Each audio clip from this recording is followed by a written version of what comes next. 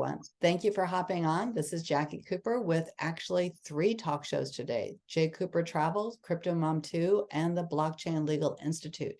I want to thank everyone who has been following me, and also to remind you to like and subscribe, because there are many wonderful shows that are in the queue, and I do not want you to miss any of the conversations that we are going to be having.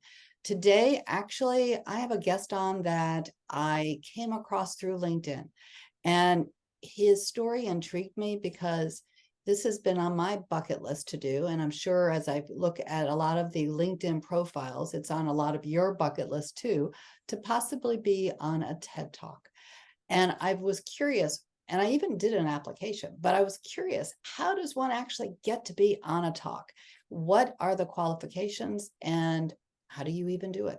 So in reaching out to Devin, he actually explained to me his story, which is remarkable, and the people that he's helped, which is phenomenal. And I asked him to be on the show so that way he could give you guidance, and you could reach out to him to see if he can help you on your journey, whether it is through TED Talk, whether it is through just story development, business approaches to help you with your financing. Again, I can say now that I mentioned financing, I probably have to do a disclaimer. These shows are not financial advice, legal advice, or investment advice, even though I doubt that we're going to be talking about anything like that today. But anytime I mention those words, it kind of automatically triggers those disclaimers. So anyway, Devin, how are you doing today? I'm going to be sharing my story, probably integrated through our conversation. So I'm going to actually let you have the stage, so to speak. And how are you doing today? Great to be here. And, before jumping into story, easily can answer that. How do you get a TEDx talk invitation? There's a little bit of math involved. There's 3,700 or so TEDx events that happen worldwide every year. Sometimes more, sometimes less, but that's TEDx Mumbai, TEDx London, TEDx Seattle, TEDx Philadelphia, TEDx Lexington, Kentucky. If we take those last 3, I say TEDx is the minor league, the baseball minor league of TED, and a big TED is the majors. But the minor leagues, farm league, AA, AAA baseball, and finding a talk in that space is almost a check the box if you're a competent speaker with an interesting idea, because there are so many events that take place with 4 to 20 speakers. So if you do the math, and I'm not a math guy, that's 10,000 plus speakers, new speakers a year. That's huge. That's huge. So are you saying, for those that are listening, and again, if you're on the audio side, definitely hop on over to the video side. And the other thing I will also share is that Devin's contact information will be embedded in the blog below. So if you don't have paper and pen, don't worry. You'll be able to definitely reach out. But are you sharing that it's possible that someone almost always has a chance to get admitted and on, or is there homework that they need to do? Oh, there are definitely standards and there's homework, but I would say a competent speaker with an interesting idea can get on a meh stage. Now, what did I just do there? A meh stage, that's a farm league, AA baseball stage. We want AAA baseball. So raising the standard of the caliber of the idea needs to be not a good idea or a great idea. It needs to be a TED-worthy idea. Raising the caliber of the story and scripting and rehearsals is also part of that. But once you've got those boxes checked, you'll find a TEDx stage somewhere. So what's your story? How did you end up coming to be part of the TEDx TED journey? Well, I'll start with the last recession, right? 2009, 10, somewhere in there. I was running a nonprofit in Tampa, Florida, and just got face smacked into the pavement and licking my wounds. Went home thinking I had a job set up in DC, and then that went away. So I'm stuck in this little 2-street light town. It's a company town. Asbury University on one side of the street, a Methodist tradition. Asbury Theological Seminary on the other side of the street. And so the black sheep of the family, who had never been in the pulpit, decided to enroll in graduate school. And so seminary was the path. I was never headed to a pulpit, but they the program I picked was extremely flexible in allowing me to deconstruct TED and understand why these sermons, I call TED the secular church of idea, why these sermons were so Billy Graham like in their impact and delivery.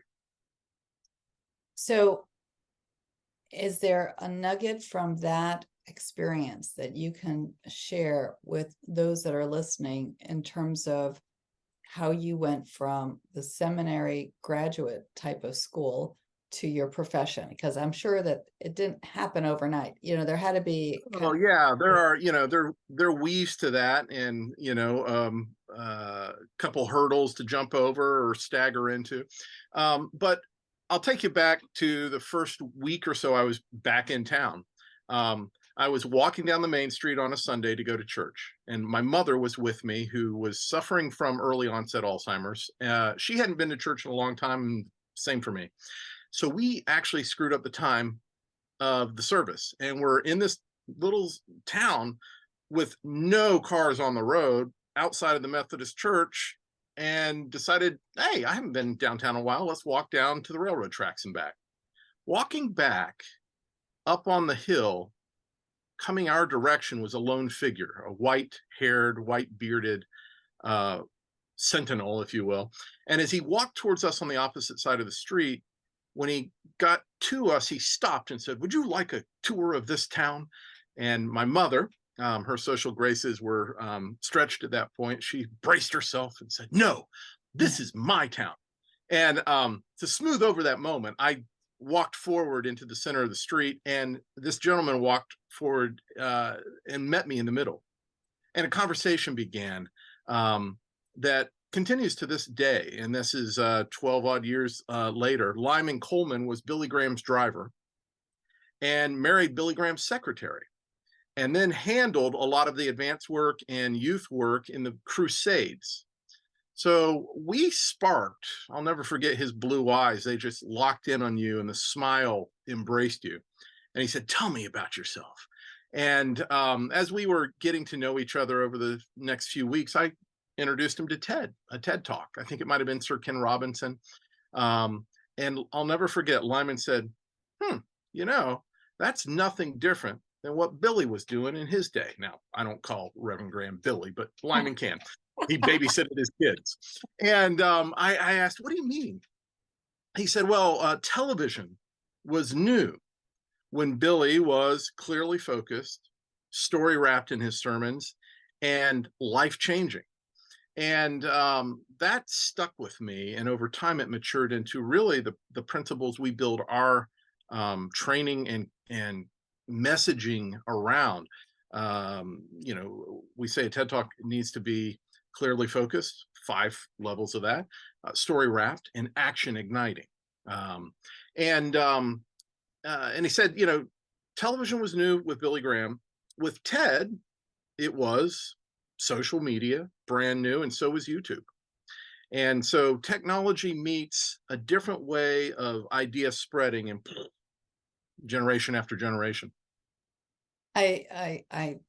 My ears sort of perked when you said action igniting, and I kept thinking, okay, I can relate to the action igniting. I might have a little bit of a challenge being funny at the same time that I'm action igniting. How do you work with clients that can create that action, but maybe are kind of dry? Yeah. Well, I mean, the process that evolved over time was one that we brought to the TEDx environment. I had 2 or so years to compare and contrast TEDx events with a short talk conference called Question.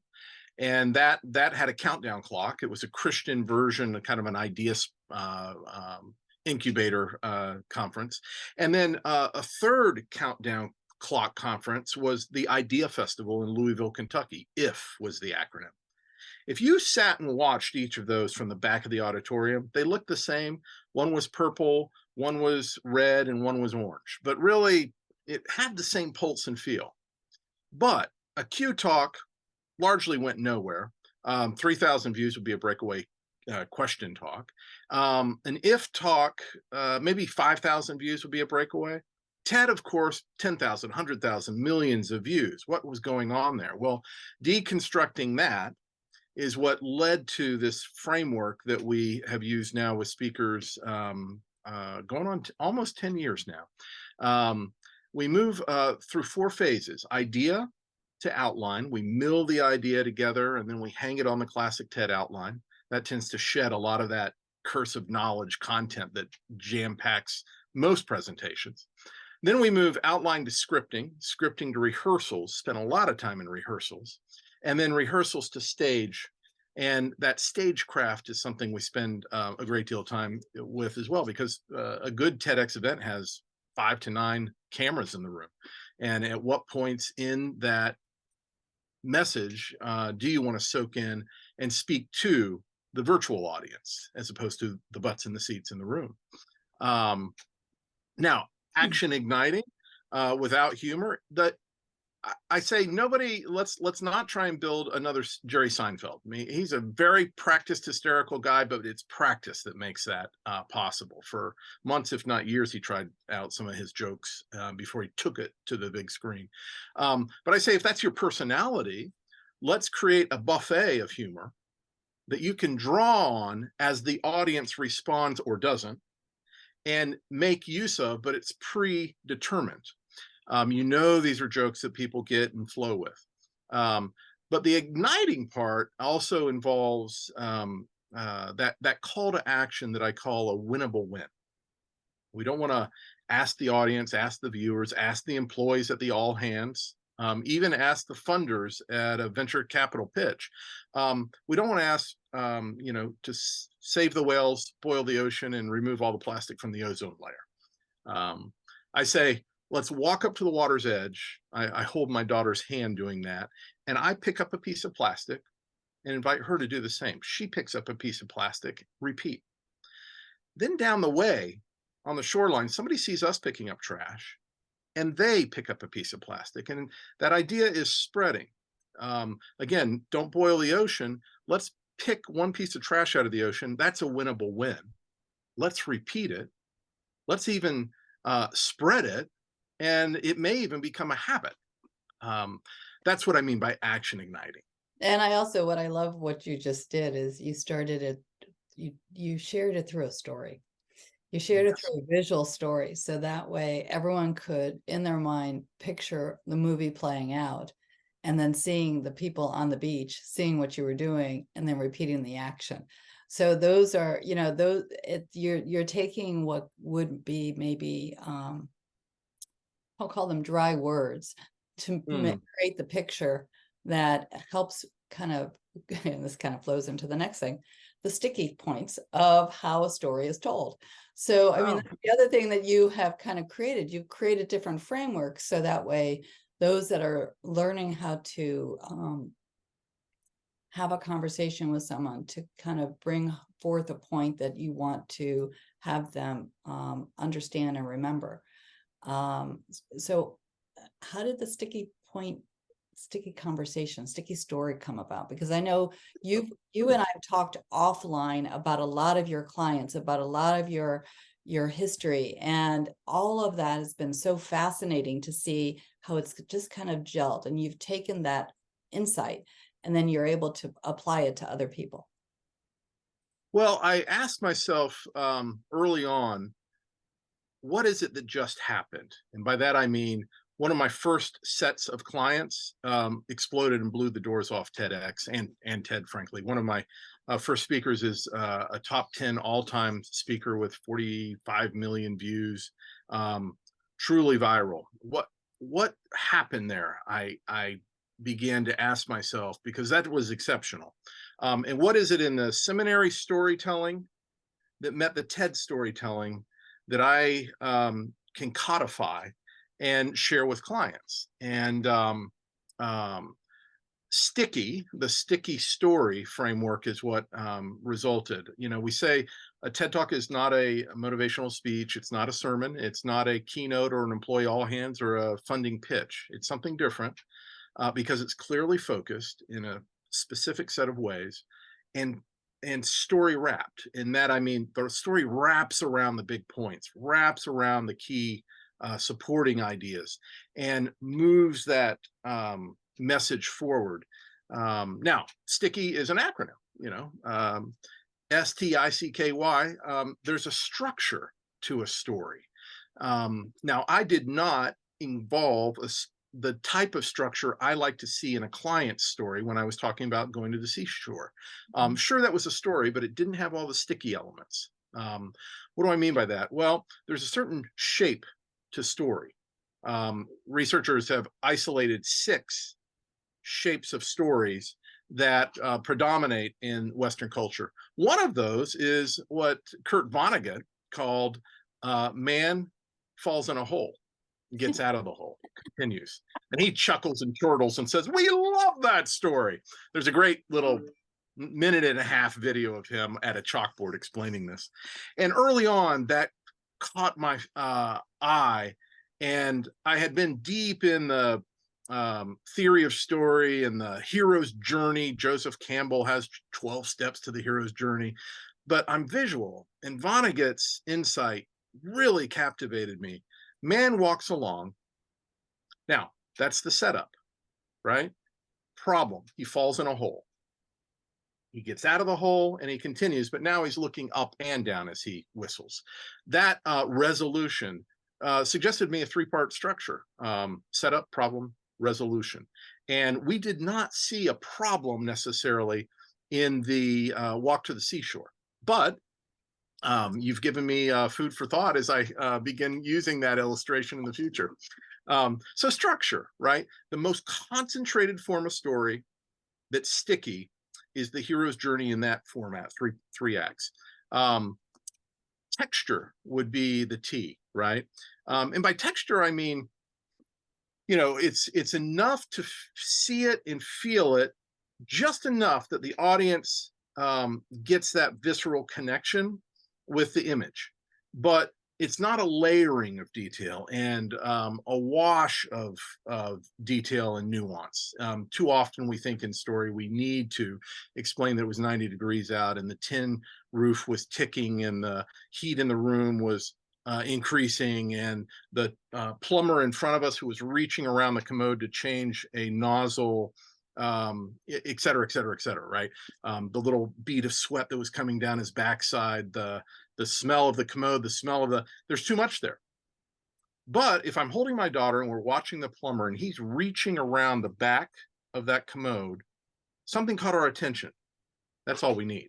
Now, there's got to be something that follows that wraps around the big point of the idea, wraps around the key points, but just that much texture is all that's necessary.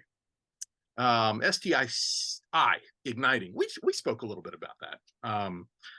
But igniting, we need to move the audience to action. And it needs to be an action that's doable and a winnable win that night, 48 hours. I borrow this from homiletics, which is the fancy word for preaching, Greek, I think. And a good pastor, Billy Graham, knew that you don't ask for boil the ocean changes. You ask for one step in the direction of, well, in his case, the platform. And something that a sermon does when it's done right is every Sunday, another micro change is happening in the direction of a larger goal. Pastor can't, give too many things and action steps because next Sunday's coming and there'll be more. We don't want the congregation backlogged. Well, it turns out in the TED space, same thing. So STI, C stands for connecting. We want that to be a relatable, not a heavy lift in terms of mental calories spent. We want it to be something that the audience, as they hears it, can kind of read their own story into it. Let's get the right brain chemicals washing over their frontal cortex, dopamine, etc. So connecting, STICK. Now, this is where I kind of contorted the acronym, but K is kid level. Oh, and by that, I mean, yeah, make it simple. Yeah, make it simple. Make it 7th grade in the language we're using. Yeah. That's traditional newspaper writing. Don't layer in acronyms and industry speak if you're not speaking to an industry that knows those acronyms. And in the land of TED, we're always talking to a general audience, right? I say you want the language and the flow of the script to be Hemingway, simple, clean, clear, short, or what does a friend of mine say? Jeremy Connell Waite says, uh, small words, short sentences, one big idea, right? I, That's Hemingway. As opposed to Hawthorne, right? Which is flowery and flowing, and, an entire paragraph is one sentence. STICK and Y. That speaks to you and your story. There are many stories we can bring to stage, some out of our own personal experience, some out of my conversation with you, Jackie, last week. There's a story that I could share of your path. The next I say, picture a bullseye, and in the very center is your story. That's where you want to be. That's what you want to emphasize on stage or on screen. Now, there are other stories. Abraham Lincoln and JFK and Martin Luther King are folks obviously often referenced in presentations. I consider that a mistake. To build a story around JFK or MLK introduces dissonance and conflict. I have an understanding who JFK was, and it may be very well different from your understanding and relationship with Camelot, right? So if you consider that the outside circle of that target, let's bring it in 3 or 4 levels right to a story out of your experience or that of someone you personally know. Mhm. If you accomplish that, those 6, and tick those boxes, that's a sticky story. You've given me homework because I'm going to have to think about how to create a sticky story. Uh, I love that, and I would be happy to share a resource with you and your listeners that's kind of a worksheet yeah, tied to sticky stories. I watch many TED Talks. Friend of mine just highlighted a talk that's at 345,000 views right now in a matter of days. That's a breakaway talk from the yeah. big TED stage. And I'm going to watch it this weekend with a fill out form that has check boxes for sticky. And then under each of those 6 levels are 3 sub points that it's interesting to track with. Not to say you can't have a great story that is sticky if you got 4 of the 5 ticked off, but 6 consistently produces some powerful results. So I like challenges. I sort of always Yeah. challenge myself. And so a few years ago, as you know, I started writing books, the Bitcoin Cinderella, which, for those that don't know, this is the Bitcoin Cinderella, but I also started a number of talk shows. So what I'm hearing, and you didn't raise the flag of the challenge, but I'm sort of internally doing it to myself. And also for everyone who's listening, go watch some of these TED Talks and TEDx shows and things like that, and see if you what you learn from that. I know that because I'm always talking with people and recording, I'm thinking to myself, okay, how am I able to make this more exciting and better for those that are listening, and more inspirational, because I tell my story a lot over the past 6 years. But there are different things within my experiences that I think I'm going to journal now, and then try to share those various tidbits in a way that might actually be the ideas that would help someone else. And that's why I started writing, and so that way others could find the story that I'm experiencing within them, so that way they could step out of their life and say, okay, you can do this too. Because again, Connecting. exactly. So I can see how I'm going to be going back to school basically by doing this homework and reconnecting with you to say, okay, now what? Yeah. And And that's actually what you do for your clients, actually. absolutely. what I would suggest is your listeners look up 2 TED Talks or TEDx Talks that were profiled Yeah. on the TED homepage. That's kind of the goal of a TEDx speaker, to get elevated to the homepage of TED for one day. You're the center story. And one is Sean Achor, Achor, and he tells a very sticky story about nap time with his sister in a bunk bed. And then the other is a very different type of story, but Nancy Duarte, who is a Silicon Valley message design expert, who's written a couple books, a brilliant lady, calls it a data story, right? Sometimes an engineer, sometimes a startup pitch needs a lot of data embedded in the presentation of 15 minutes or less. And a data story that's powerful is that client I referenced, Dr. Robert Waldinger, Waldinger. You search those 2 talks and watch those with an eye towards sticky, and it'll be interesting to see what the result is. Yeah, I'm all about change. I'm all about evolution, and I know nothing ever stays static unless you decide that you don't want to move. True, so true. And TED was one of those catalytic Yeah. paradigm shifters, right? I mean, think about it.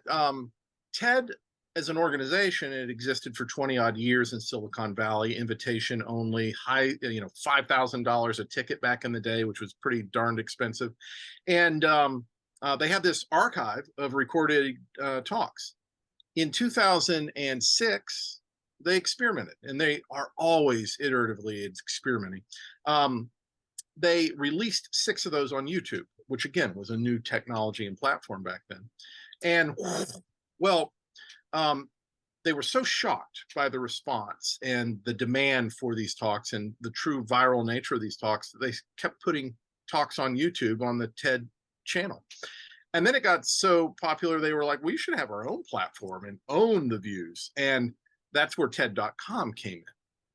By 2009, that TEDster community of people who are raving fans of TED Talks, and there I was, right, flat on my rear end in a 2 little street light town, about to start seminary and deconstruct TED, watching a lot of TEDx talks and TED Talks, or TED Talks. In 2009, the first TEDx events happened. And Boston, where we most recently lived, was one of the first cities to demand of the TED organization, hey, we want to host. We've got big ideas of our own. And out of that, the TED, I think there were 5 or 6 cities around the nation that hosted the first TEDx events. And that was an experiment, and it was intensely successful because they found that in the local context, talks could explode and ideas could spread and change cities or the nation or the world. I love it. I love the idea because, it's all about seeds being planted and then following Yes. up. And I mean, again, inventions, we see the end result, but we never know how many times it took for them to fail in order for the success to happen. So And, true. that's so, for everyone who, might be my listener now or in the future, you're what you do now is not a reflection of who you're going to be and all the things that are possible. So, and that's exactly what I love about talking with individuals like yourself and everyone else who are on the show. We've talked a lot longer than I thought we were going to talk. I love it. This has been wonderful. What last Can I slip in one last little Yeah, story go right ahead. to Go right close on? ahead. Because it dovetails so elegantly, I think, with what you were saying. One of my clients is Bruce Smith, the founder of a little startup called Hydro.